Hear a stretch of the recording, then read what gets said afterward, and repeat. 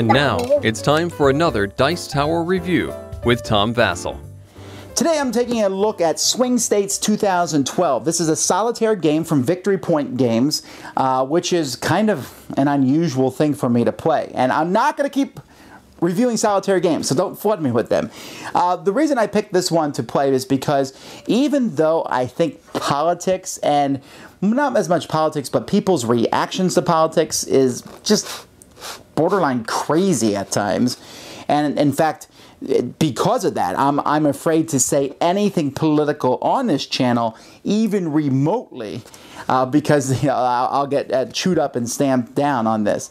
But even though I think that's crazy, I think the actual political process, the election process, is fascinating to me. I love voting. I love all that stuff. So this is an interesting idea for me, so I gave it a whirl. Let me show you a little bit about how it plays, and we'll be back.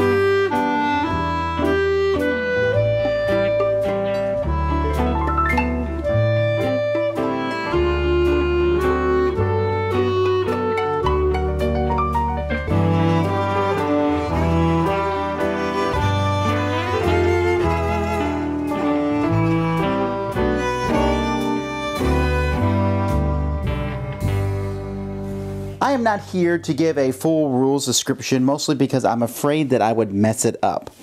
There is an entire book here, and it's written in the old war game format, you know, 11.1, 11.4, that sort of thing to go through.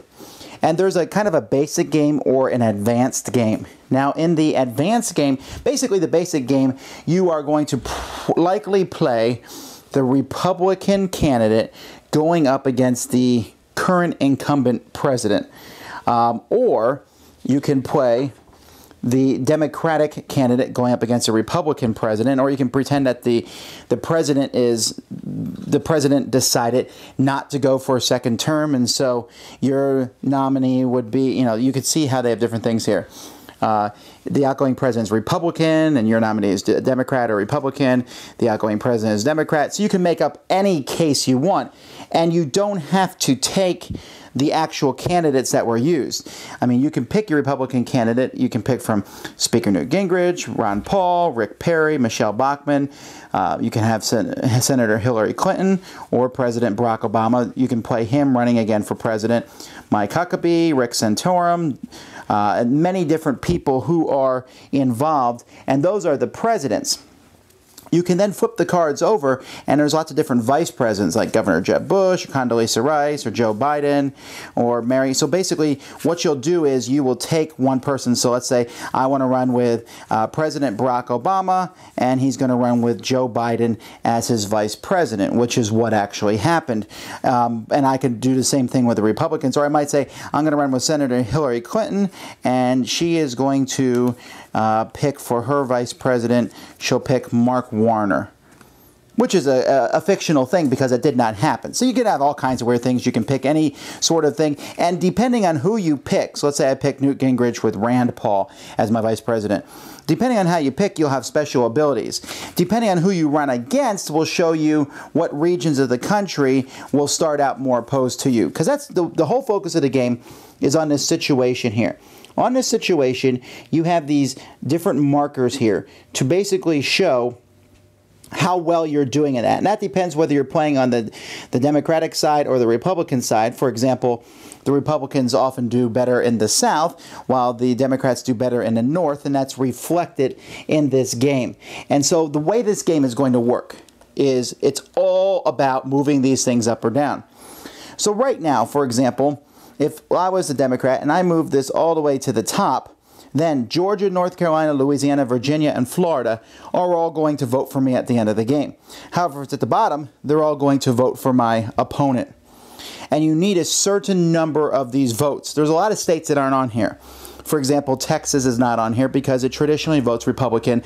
California is not on here because it traditionally votes Democratic. So the game is about the swing states, the states that could conceivably go either way. And for those of us in America who live in those states, apparently our votes are more important than other people's. But that's a different debate. So these are going to be moving up or down, and there's a number on them, and that's how difficult that number is to move up or down. You'll be rolling dice when different things happen. Essentially, the way the game is going to work is you'll have a deck of pre-made cards that you have to go through. Not every card is used, so sometimes cards will show up, then other cards won't. And there are cards that are always in the game, and it will show you what happens. And whatever happens depends on your viewpoint. So, for example, environmentalists protest Midwest oil pipeline. Maybe you want them to protest against it, or maybe you think that that's a silly thing to do. Whichever side of view your point is, that's what happened in the game. So, maybe the predictable denouncements of dirty campaigning. That would be your opponents doing that sort of thing. And when that happens, you will look at each of these sections, and there's a possibility that the marker will move down in the border area, and there's a possibility of a scandal in the Midwest. And sometimes it will also move your opponents around the board. And so different things will happen. For example, here, there's orange arrows, and that means different things depending on what's going on. And again, I'm not going to be trying to explain every detail of the game. I just want to show you. You'll turn over one of these cards. You will deal with these. Will they go up or down? You roll dice depending on whether your candidate is there or your opponent's candidates are in those regions. You might add or subtract modifiers from the die. If it goes all the way to the top and then it needs to go up again, that's a landslide, and that will help the next one go up. Or even worse, if it's down at the bottom and it has to go down, then it will move the next one down too. This is a landslide. That's fiasco. Over here, there's many of the different actions that a player can take on their turn. You can see that you can advertise, you can change the mode over here from campaigning to strategy, you can move your nominees, you can do damage control, your vice president can support your president, you can take out loans, and then you have a track here to keep track of your campaign finances and your war chest, which is how much money you get from each turn. You can send your president and your vice president nominees to your campaign headquarters where they can do different things, especially where they can raise money.